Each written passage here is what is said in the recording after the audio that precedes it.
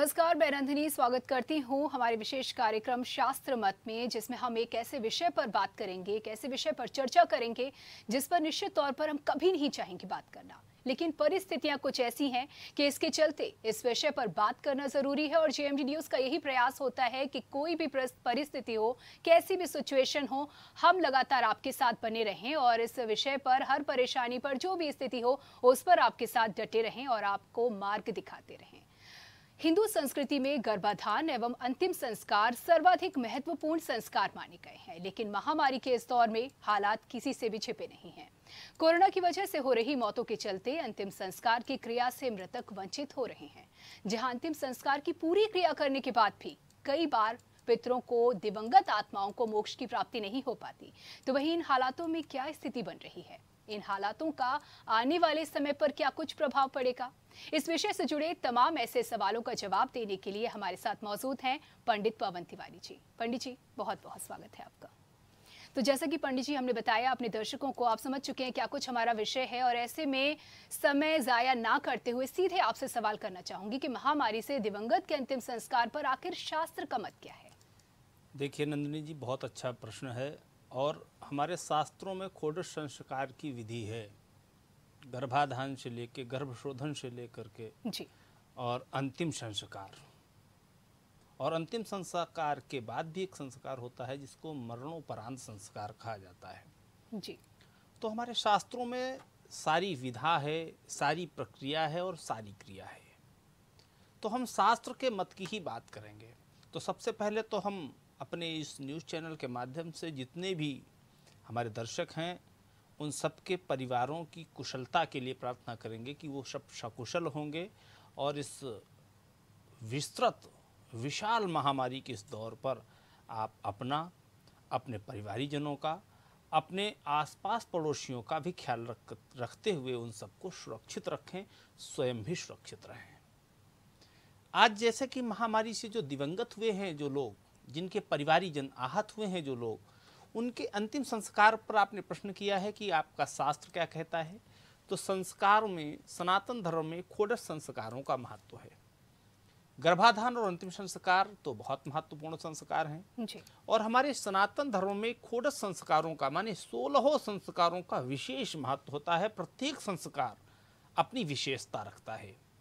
जीवात्मा गर्भ में प्रवेश से लेकर देह त्याग करने तक 16 प्रकार के विभिन्न संस्कारों से गुजरता है। और सनातन धर्म के अनुसार वैसे तो सभी 16 संस्कार आवश्यक हैं, किंतु देश काल परिस्थिति के अनुसार कुछ संस्कारों का लोप हो जाता है उन 16 संस्कारों में। इस षोडश संस्कारों में जो सर्वाधिक महत्वपूर्ण संस्कार है वो है अंतिम संस्कार, गर्भाधान संस्कार, विवाह संस्कार, चौड़ा कर्म यानी मुंडन संस्कार। ये कुछ ऐसे संस्कार हैं जो सभी लोग अभी मान रहे हैं, प्रचलित हैं। जी, बिल्कुल। क्योंकि गर्भाधान संस्कार के दौरान हम गर्भ में श्रेष्ठ आत्मा का आवाहन करते हैं कि जो भी जीव जन्म ले माता के गर्भ से वो श्रेष्ठ पुरुष हो। और अंतिम संस्कार में जब व्यक्ति की मृत्यु होती है तो अंतिम संस्कार में उस आत्मा को हम विदाई देते हैं, जिसको हमने बुलाया था, आहूत किया गया था, उस आत्मा की विदाई देते हैं। तो हमारे संस्कार शास्त्रों में इन दोनों संस्कारों के सहित षोडश संस्कारों को करने का पूर्ण विधि विधान उल्लिखित है, जिसके अनुसार हमें यथा समय संस्कार करने चाहिए। और वर्तमान समय में हमारी पीढ़ी के सामने, हमारे देश के सामने कोरोना महामारी नामक एक विकट समस्या चल रही है, जिससे हमारा देश इस समस्या से जूझ रहा है। और इस महामारी ने असमय बहुत सारे लोगों से उनके प्रियजनों को छीन लिया है। बिल्कुल बिल्कुल सही कहा आपने कि असमय बहुत सारे हमारे ऐसे प्रियजन हैं जिनको छीन लिया गया, और बड़ी एक कसक रहती है, एक टीस रहती है कि सही तरीके से हम अंतिम संस्कार भी नहीं कर पाए, क्योंकि कोरोना के अंतिम संस्कार पर विशेष नियम तय किए गए हैं। और क्या इन नियमों से किए गए अंतिम संस्कार से हमारी उन दिवंगत आत्माओं को सदगति प्राप्त होगी क्या? बिल्कुल प्राप्त होगी। और इस महामारी के प्रकोप से बचने के लिए ये जो महामारी फैली हुई है, जो आपका सवाल है, हम उस सवाल पर आते हैं। इस महामारी के प्रकोप से बचने के लिए जो हमारे चिकित्सक हैं उनके द्वारा रोगों से अपने प्राण गंवा चुके व्यक्तियों का अंतिम संस्कार एक विशेष रीति से करने का मार्गदर्शन दिया गया जो है। कि जरूरी है इस वक्त ये इस फैसला लेना भी। महामारी को जी, जी, देखते हुए बिल्कुल। जो एक चिकित्सकों की जो एक विधा है, उस विधा के अनुसार इस समय उन मृत परिजनों का अंतिम संस्कार किया जा रहा है, जो इलेक्ट्रिक में जलाए जा रहे हैं जी, और पूरी बॉडी को पैक कर दिया जाता है, जिसमें परिजनों को दाह संस्कार से दूर रखा जाता है। जी, आज बहुत सारे नगरों में, बहुत सारे शहरों में, यानी कहें यूं कहें कि कई प्रदेशों में, आप देश के बहुत सारे हिस्से में लॉकडाउन है, जिससे अंतिम संस्कार के बाद की क्रियाएं भी विधिवत संपन्न नहीं हो पा रही हैं। जी, अंतिम संस्कार डॉक्टरों के हिसाब से हो रहा है महामारी को देखते हुए, लेकिन उसके बाद की जो क्रियाएं हैं वो भी विधिवत नहीं संपन्न हो पा रही हैं। हमारे शास्त्रों का मत है, हम शास्त्र मत की बात करने के लिए आज यहाँ उपस्थित हुए हैं, शास्त्रों की बात कर रहे हैं। शास्त्रों का मत है कि यदि व्यक्ति का अंतिम संस्कार पूर्ण विधि विधान से नहीं किया जाता है तो उसकी आत्मा को सद्गति प्राप्त नहीं होती है। जी, और यही वजह है ऐसे में इस सवाल को करने की। ऐसे में जो दिवंगत हुए लोग हैं, उन व्यक्तियों के परिजनों के समक्ष बहुत बड़ी दुविधा है। हमसे बहुत सारे ऐसे परिजन जो हमारे बहुत करीब हैं, और बहुत सारे ऐसे परिजन हैं जिन्हें हम नहीं जानते हैं, ना प्रत्यक्ष और ना ही परोक्ष। वो हमसे किसी भी प्रकार से, इस समय की मीडिया से जुड़े हुए बहुत सारे लोग, मीडिया के माध्यम से बहुत सारे लोगों से जो हम जुड़े हुए हैं, अंतरंग हैं, उन लोगों के भी ऐसे प्रश्न आए कि वो अपने परिजन जो दिवंगत हुए हैं, उनके सामने जो दुविधा है कि वो अपने परिजनों को शास्त्रों के अनुसार विदाई किस प्रकार से दें, जिससे जो परिजन नहीं हैं उनकी आत्मा की सद्गति हो। जी, ऐसे प्रश्न उठे हैं।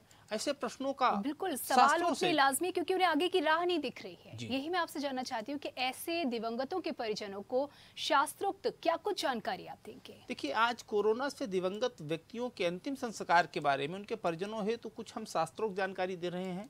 आप सभी को विदित है कि इस महामारी से दिवंगत हुए व्यक्तियों के अंतिम संस्कार में उनके परिजनों को दूर रखा जा रहा है, और अंतिम संस्कार के बाद की उत्तर क्रिया जैसे दशगात्र जी, आदि के लिए भी ब्राह्मण उपलब्ध नहीं हो पा रहे हैं।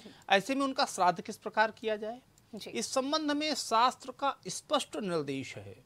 श्रद्धया इदम श्राद्धम, अर्थात श्रद्धा से ही श्राद्ध है। आप इस नियम के अनुसार अपने दिवंगत हो चुके परिजनों के लिए पूर्ण श्रद्धा से 10 और 13 यानी देश काल लोक परंपरा के अनुसार कार्य करें। जैसे बहुत सारे लोगों के यहाँ 10 दिन तक कार्य होता है और बहुत सारी परंपराओं में 13 दिन तक। जी, तो शास्त्र का वचन है कि तस्मात् श्राद्धम नरो भक्त्या शाकैरपि यथा विधि, अर्थात धन भाव अथवा अन्य कोई प्रतिकूल परिस्थिति होने पर दिवंगत व्यक्ति के परिजन केवल साग यानी हरी सब्जी जैसे पालक इत्यादि के माध्यम से श्राद्ध संपन्न कर सकते हैं। 10 अथवा 13 दिनों तक जिसके यहाँ जो कुल रीति हो जी, उसके अनुसार प्रतिदिन कुतुब काल जो प्रतिदिन होता है, अपराह्न 11:30 बजे से लेकर 12:30 बजे तक का जो काल है, इसे हम कुतुब काल कहते हैं, कुतुब बेला कहते हैं। जी, इसके मध्य गाय को साग यानी हरी सब्जियाँ, हरे साग, पालक है, धनिया है और भी हरे चारे हैं, हरी घास है, गाय को खिलाने से श्राद्ध की पूर्णता होती है। ये मैं नहीं कह रहा हूँ, ये हमारे शास्त्र कह रहे हैं। जी, और शाक की अनुपलब्धता यानी हरी सब्जियां ना उपलब्ध हों तो विष्णु पुराण का भी निर्देश आया है कि कुतुब काल में श्राद्धकर्ता एकांत में खुले आसमान के नीचे जाकर अपने हाथों को आसमान की ओर उठा करके ईश्वर से प्रार्थना करे कि हे मेरे प्रियजन, मेरे पास श्राद्ध करने के लिए अनुकूल परिस्थिति नहीं है, किंतु मेरे पास आपके निमित्त श्रद्धा है, भक्ति है और मैं इन्हीं के द्वारा आपको संतुष्ट करना चाहता हूँ। और मैंने शास्त्राज्ञा में अपने दोनों हाथ आकाश में उठा रखे हैं, आप मेरी श्रद्धा और भक्ति से तृप्त हों। जी, दूसरा उपाय है दीपदान। 10 दिन जिसके यहाँ का लोक परंपरा है, जिसके यहाँ 13 दिन की लोक परंपरा है, देश का लोक परंपरा के अनुसार उतने दिनों तक दक्षिण दिशा में अपने दिवंगत हो चुके प्रियजन के लिए तिल के तेल या तिल के अभाव में किसी भी तेल का दीपक प्रज्वलित करें, देशी घी का दीपक प्रज्वलित ना करें, तेल का ही दीपक प्रज्वलित करें। जी, तो यह भी कार्य कर सकते हैं। जी, और एक अंतिम कार्य है जो शास्त्र कहता है, जिसे हम नारायण बलि कर्म कहते हैं। नारायण बलि कर्म। जी, ये जी। नारायण बलि कर्म शास्त्रोक्त है। शास्त्रोक्त निर्देश है कि आपत्ति काल के लिए त्वरित करने योग्य कर्म है, किंतु जो व्यक्ति मृत हुआ है उसकी अंतिम संस्कार, अंतिम क्रिया तुरंत होनी चाहिए, लेकिन इनके करने मात्र से विधिवत अंतिम संस्कार न किए जाना संबंधी दोष का निवारण तब तक नहीं होगा जिनका अंतिम संस्कार पूर्ण विधि विधान से नहीं हुआ है। जी। तो उनमें ये जो दोष अंतिम संस्कार न किए जाने का लगा हुआ है, ये तब तक नहीं होगा दूर जब तक इस निमित्त नारायण बलि कर्म को संपन्न न कर लिया जाए। यानी कि दोष कुछ न कुछ जब हम पूरे विधि विधान से भी करते हैं तब भी कहीं ना कहीं दोष रह जाते हैं, तो यहाँ होना स्वाभाविक है। इसके बारे में मैं चाहूंगी आप विस्तार से बताएं इस कर्म के भाई, बारे में। जिसका अंतिम संस्कार, जी। जैसे कि किसी व्यक्ति का शरीर मृत हुआ तो मृत व्यक्ति के मुख में गंगा जल, तुलसी पत्र, पंचरत्नी, स्वर्ण धातु, ये बहुत सारी जो क्रियाएं हैं और विधि विधान से उसका अंतिम संस्कार किया जाता है। पुत्र, पौत्र, भ्रात, परिवार, सगोत्री लोग उसका अंतिम संस्कार करते हैं, क्रिया लेते हैं और क्रिया लेने के 13 दिन 10 दिन जिसके यहाँ जो रिवाज है उस रिवाज के अनुसार उसके विधिवत एकादशाह, दशगात्र, सपिंडन और 13वीं कार्य करते हैं। लेकिन आज की इस स्थिति में यह संभव नहीं है। ऐसे व्यक्ति जिनका शास्त्रोक्त रीति से विधिवत अंतिम संस्कार नहीं किया जाता वो सभी दुर्मरण की श्रेणी में आते हैं। जी। और दुर्मरण वाले व्यक्तियों के निमित्त नारायण बलि कर्म का किया जाना अत्यंत आवश्यक होता है। जी। शास्त्रों के अनुसार नारायण बलि कर्म न करने से दिवंगत आत्मा को सद्गति प्राप्त नहीं होती और नारायण बलि कर्म परिस्थिति सामान्य होने के उपरांत, जैसे कि आज आपके जो परिजन आहत हुए हैं इस महामारी में और आपने उनके निमित्त कोई भी कार्य किया है या कोई भी कार्य नहीं किया है, ऐसी स्थिति में आप उस क्रिया को वहीं रोकते हुए आगे के समय में जो श्राद्ध पक्ष आ रहा है उसमें नारायण बलि कर्म को संपन्न कर सकते हैं। जी, निश्चित तौर पर अगर नहीं कर पा रहे हैं तो कहीं ना कहीं स्थितियां अनुकूल नहीं है, यानी कि इस समय आने के बाद जब स्थितियां हमारे प्रतिकूल ना हो, सब कुछ ठीक हो जाए, तब भी इसे किया जा सकता है। जब हमारी परिस्थितियां ठीक हो जाए, इस महामारी का प्रभाव कम हो जाए और हम इस महामारी के प्रभाव क्षेत्र से दूर हो जाए, तो भी हम अपने परिजनों का अंतिम संस्कार नारायण बलि क्रिया के द्वारा करके उस मृत व्यक्ति की सद्गति की कामना कर सकते हैं। और यदि नारायण बलि कर्म किसी तीर्थ क्षेत्र, पवित्र नदी के तट पर दिवंगत होने की तिथि से जो परिजन आपका दिवंगत हुआ है उसकी वह तिथि से लेकर के 3 वर्षों के अंदर संपन्न किया जाता है, तो इसके शुभ फल में अति वृद्धि होती है। 3 वर्षों का समय शास्त्र ने दिया है। आप बिल्कुल भी परेशान न हो। ऐसे बहुत सारे हमारे दर्शक होंगे, ऐसे हमारे बहुत सारे मित्र होंगे, संबंधी होंगे, भ्रातृ होंगे, वो बिल्कुल भी परेशान न हो। शास्त्रों ने 3 वर्षों का समय दिया है। उस अंतराल में आप अपने उस मृतात्मा की मुक्ति के लिए इस कार्य से उसे मुक्त कर सकते हैं और इसको अगर आप कर लेते हैं तो इसका पूर्ण फल भी बहुत होता है, अतिव वृद्धि होती है और दिवंगत व्यक्ति को सद्गति मिलती है।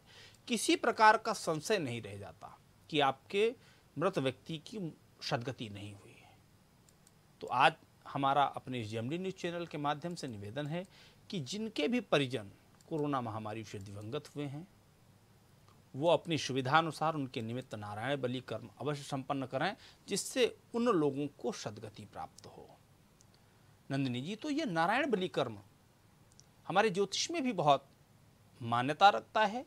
बहुत सारे ऐसे लोग हमारे पास आते हैं जिनकी जन्म कुंडली पर पितृदोष होता है जी। तो ऐसे लोगों को भी पितृदोष से मुक्ति के लिए नारायण बलि कर्म करने की सलाह दी जाती है कि जो अतृप्त आत्माएं रह गई हैं आपके परिवार कुल खानदान की, वो अतृप्त आत्माएं आपको परेशान करती हैं, तो उस परेशानी से बचने के लिए आप नारायण बलि कर्म अवश्य करें। पंडित जी, जिक्र किया आपने नारायण बलि कर्म का, चलते चलते क्या कुछ संदेश, किस तरीके से इस कर्म का लाभ उठाया जा सकता है? देखिए, हमारे इस जेएमडी न्यूज चैनल के माध्यम से हम आपको फिर से बता रहे हैं कि नारायण बलि कर्म 3 वर्षों के अंतराल में कभी भी किया जा सकता है। पितृपक्ष में यह कार्य किया जाए तो अति उत्तम होता है। किसी तीर्थ स्थान पर जाकर करें या किसी पूर्ण नदी के प्रवाह के पास करें जी। तो उत्तम होता है। और इस महामारी के इस दौर पर हमारा ज्योतिष सेवा संस्थान कृतबद्ध है। इस वर्ष कानपुर में नारायण बलि कर्म के लिए, पितृदोष से मुक्ति के लिए और दिवंगत आत्माओं की शांति के लिए आप ज्योतिष सेवा संस्थान के माध्यम से जुड़ करके आप नारायण बलि कर्म से अपने परिजनों की सद्गति की प्रार्थना की कामना के लिए यहाँ से नारायण बलि कार्य कर सकते हैं, संपर्क कर सकते हैं और यहाँ आकर के कर सकते हैं। और अगर आपके पास आपकी जानकारी का कोई व्यक्ति है तो आप उसके साथ भी रह करके, लेकिन एक कर जरूर लें जिससे कि आपको आने वाले समय में किसी भी प्रकार की कोई समस्या ना रहे। आज की इस समस्या को देखते हुए इस समय परेशान ना हो, धैर्य रखें। और ये कोरोना नामक जो महामारी फैली हुई है आम जनमानस में, आम जनमानस के हमारे अपने परिजनों को, बहुत सारे लोगों को ले जा चुकी है अपने गाल में। ऐसे सभी लोगों की हम आत्म शांति की मंगल कामना करते हैं कि उन्हें सद्गति प्राप्त हो और वो जहाँ भी रहें भगवान उन्हें अपने चरणों में स्थान दे। बिल्कुल, बहुत बहुत धन्यवाद पंडित जी इस महत्वपूर्ण विषय पर हमें जानकारी देने के लिए। इसी के साथ ही इस विशेष कार्यक्रम में इतना ही। दीजिए इजाजत, नमस्कार।